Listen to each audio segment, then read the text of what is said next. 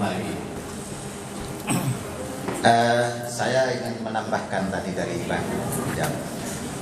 Jadi tadi kan ditanyakan bagaimana mempercepat atau cara lebih cepat untuk kualitas, kreativitas, aksesibilitas dan sebagainya. Manusia ini adalah makhluk proses. Tidak ada yang begitu lahir langsung bisa lari. Ya kan? Mungkin satu-satunya manusia yang dilahirkan ke dunia ini waktu masih begitu lahir bisa bicara cuma Isa alaihissalam. Iya. Ya kan? Di luar itu berproses. Oleh sebab itu karena dia berproses, maka kita harus memaknai ketika jatuh terluka, anggaplah itu cenderamata dari usaha dan perjuangan kita. Yang terpenting bukan jatuhnya, tapi bagaimana bangkitnya. Nah, karena semua itu proses, maka lakukanlah setahap demi setahap. Yang penting Anda tahu kemana Anda menuju. Karena kadang-kadang suka ada ujian dan cobaan di tengah jalan. Yang terpenting sudah tahu kemana menuju, melangkahlah ke sana, setahap demi setahap. Kayak gitu. Kalau teman-teman di HMI slogannya yakin usaha sampai. Kenapa? Karena manusia ini manusia proses. Dalam proses bertahap itulah ada keyakinan bahwa akan sampai ke tujuan itu. Itu. Nah, oleh sebab itu karena kita makhluk proses, kita sadari betul. Misalnya tidak ada sebuah produk pabrikan saja, tidak ada yang langsung sempurna kayak sekarang. Dulu misalnya kita masih kenal sebelum handphone itu ada pager. Ya kan? Ada pager, ada mesin ketik. Mungkin adik-adik udah nggak tahu mesin ketik itu zaman saya begitu kerjakan skripsi itu bermalam-malam nggak tidur hanya untuk satu lembar. Ya kan? Sekarang sudah ada AI, udah bisa kerjakan sendiri AI-nya. Kayak gitu, ya kan? Itu. Nah, dari proses itulah misalnya sekarang semua teknologi itu menyatu di satu genggaman di handphone. Kayak gitu. Sekarang sudah ada QRIS, bagaimana nanti revolusi perbankan misalnya. Akan ke sana semua. Artinya dunia ini tidak ada yang langsung jadi.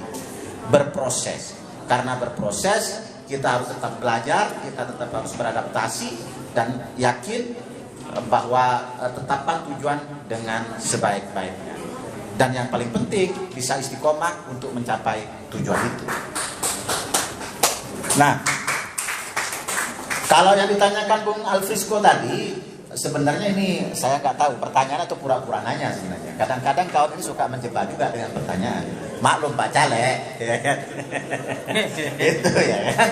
Caleg ini kan apa namanya? Saya tengok di fotonya pun lebih mudah aku tengok. Luar biasa ya. Jadi kalau konstituen nanya, ini Bapak yang caleg ya? Oh bukan, itu adik saya gitu ya kan. Begitu jadi, oh itu tetangga saya gitu. Ya. Memang betul bahwa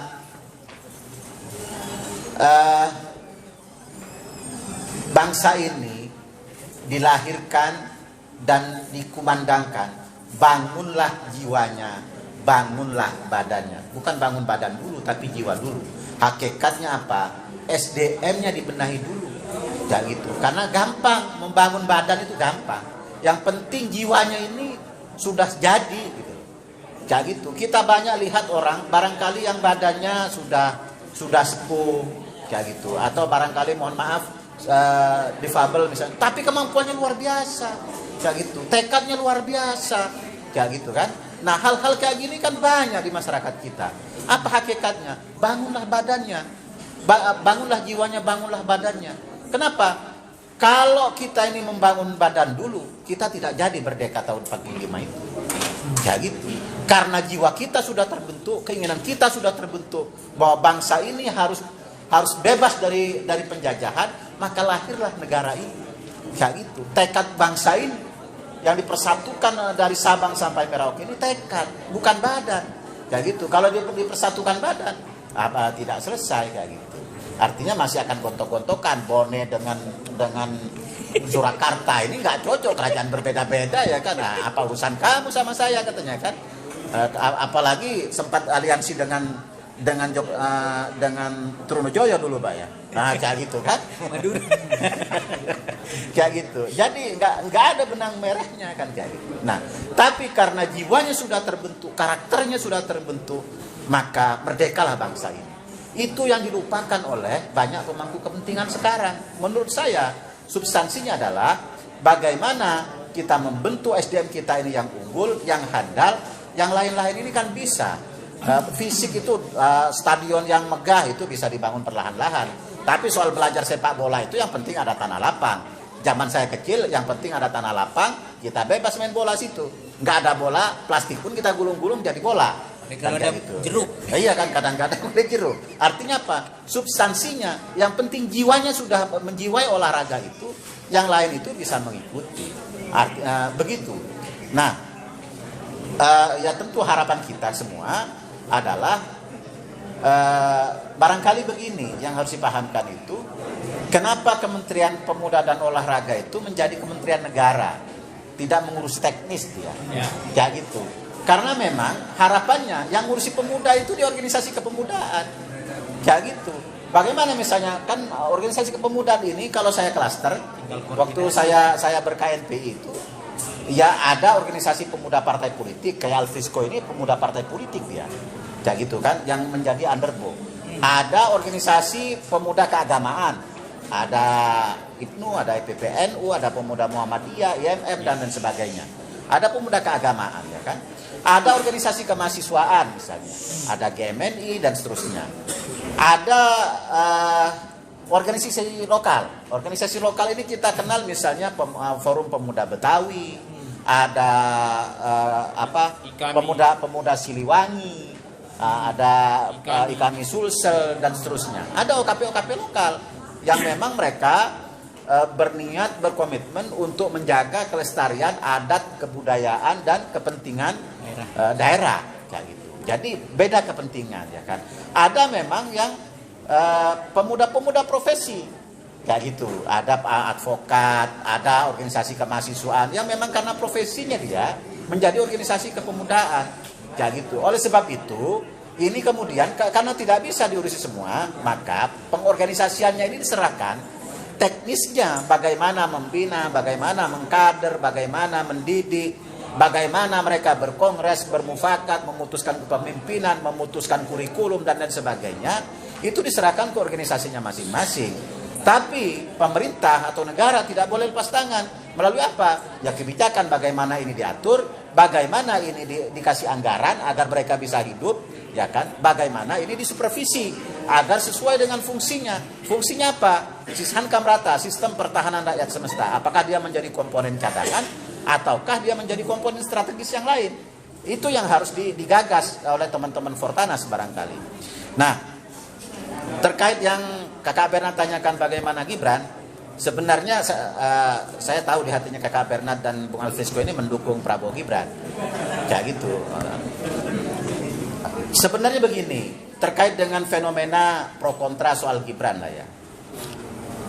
Pertama, demokrasi itu substansinya itu siapa populer, ya kan? Maka itu yang dinominasikan.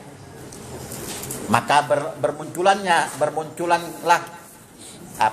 organisasi para dukun modern yang kita kenal lembaga survei, ya kan, sebagai indikator misalnya si A populer, si B tidak populer, si C kurang populer, kayak gitu.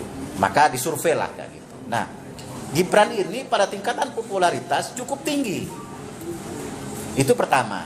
Ya, Gibran ini popularitasnya cukup tinggi. Yang kedua, tentu kemudian terkait dengan kompetensi.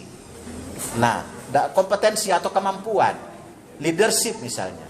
Nah, sesudah dipelajari, ternyata di kota Solo misalnya, pariwisatanya itu luar biasa dia ini. Bahkan dipromosikan dengan sangat luar biasa di Solo ini. Yang kedua, pertumbuhan ekonomi juga cukup signifikan di Solo sejak dia memimpin. Nah, dan dari segi pendidikan misalnya, kalau ini menjadi rujukan, sekolahnya juga bagus. Sehingga pada konteks kompetensi ini juga memadai dan bagus, kayak gitu. Artinya kompeten anak muda ini, kayak gitu. Yang berikut, tentu ini segmentasi. Kenapa misalnya wakil presiden ini sekarang sampai 2 dari NU, kayak gitu, atau calon pemimpinan nasional ini 1 dari calon presiden ini 1 dari HMI, calon wakil presiden 1 dari HMI misalnya. Karena memang misalnya ini 2 organisasi yang besar. NU ini organisasi keagamaan yang besar, HMI ini sebagai organisasi kemahasiswaan, di antara kelompok Cipayung adalah dia yang organisasi yang paling besar. Jadi hal ini juga tidak bisa dinafikan. Demikian halnya dengan Gibran. Anak muda atau usia yang di bawah 40 tahun itu lebih dari 50%, kalau tidak salah 56% sekarang jumlahnya akan memilih pada pemilu 2024. Artinya pada konteks dia popularitas dan kemungkinan elektoral dia menang, ya kan, dari segi kompetensi dia juga memadai, ada potensi-potensi yang keberhasilan dan sebagainya. Sesungguhnya tidak ada persoalan dengan Gibran. Bahwa kemudian yang menjadi persoalan di mana, ya kan? Karena kan banyak orang-orang kayak kita ini yang berproses, berorganisasi, belajar menjadi aktivis bertahun-tahun, tapi bukan karena anak presiden, kayak gitu kan? Kan itu saja, ya kan? Tidak punya akseptabilitas kalau kata Bang Idam tadi, kayak gitu, sehingga peluang itu kok kayaknya makin kecil, kayak gitu. Jadi lebih kepada psikologis itu. Tapi memang inilah situasi ini yang kemudian sentimen ini kemudian yang dibombardir sedemikian rupa melalui berbagai saluran informasi, sehingga seolah-olah dunia ini mau runtuh dan lain sebagainya, kayak gitu. Tapi sesungguhnya kalau kita renungkan dengan tenang, pikirkan dengan tenang, baik-baik saja. Prabowo Gibran misalnya justru di tengah dunia yang tidak baik-baik saja seperti sekarang, terjadi perang Rusia Ukraina, ya kan, terjadi konflik di jalur Gaza, informasi terakhir rumah sakit Indonesia sudah dibom sama Israel misalnya kan. Artinya Indonesia tidak baik-baik saja. Artinya kepemimpinan yang tegas, paham konsep keamanan nasional dan keamanan global ini menjadi penting. Persoalan misalnya ini harus dilapis oleh anak muda. Menurut saya justru ini peluang bagi anak muda, bahwa anak muda bukan hanya diharapkan menjadi objek dalam pemilu, tapi menjadi subjek, kayak gitu. Dan harus diingat bahwa beberapa pemimpin di negara-negara di dunia ini sudah banyak yang muda. Yang terakhir Ekuador kalau nggak salah. Karena memang peran-peran anak muda melalui gadget dan lain sebagainya itu sangat luar biasa. Dan generasi saya, mungkin kita semua ini punya hambatan untuk komunikasi dengan anak-anak kita yang usianya masih belasan, Pak, ya. Kayak gitu. Memang cara berkomunikasi sudah beda. Kayak gitu. Cara berkomunikasi sudah beda. Dia jangan ngomong kalau secara verbal nggak ini, tapi di WA nyambung dia. Nah, kesini dulu Bapak mau ini, baru turun. Situasi ini berubah cara berkomunikasi ini. Macron juga terpilih di bawah usia 40 tahun. Beberapa pendiri republik ini juga mayoritas berusia di bawah 40 tahun pada waktu, bahkan 30 tahun. Artinya dalam konteks usia tidak ada masalah dengan Gibran. Kayak gitu, bahwa kemudian ada sentimen dikaitkan ini, ya namanya tahun politik. Jangankan ada sedikit celah untuk disalahkan. Benar saja disalahkan, kayak gitu. Ini namanya tahun politik. Karena itu demokrasi itu menuntut kecerdasan dan nalar masyarakat pemilih. Karena masyarakat yang cerdas maka akan melahirkan pemimpin-pemimpin yang berkualitas. Kalau misalnya masyarakatnya masih gampang diprovokasi, gampang percaya hoax, ya kan, di era post-truth sekarang ini informasi bisa dikanibal kiri kanan, kayak gitu. Masuk tanpa filter, kita tidur-tiduran, habis itu sambil tidur-tiduran kita buka handphone, masuk informasi kita baca, kayak gitu. Ini sangat berbahaya. Oleh sebab itu, ya bagi kalangan aktivis, kaum pergerakan, kaum kelompok intelektual, barangkali juga perlu memikirkan di tengah kebutuhan-kebutuhan jangka pendek politik praktis untuk tetap mendidik nalar publik. Itu barangkali. Terima kasih.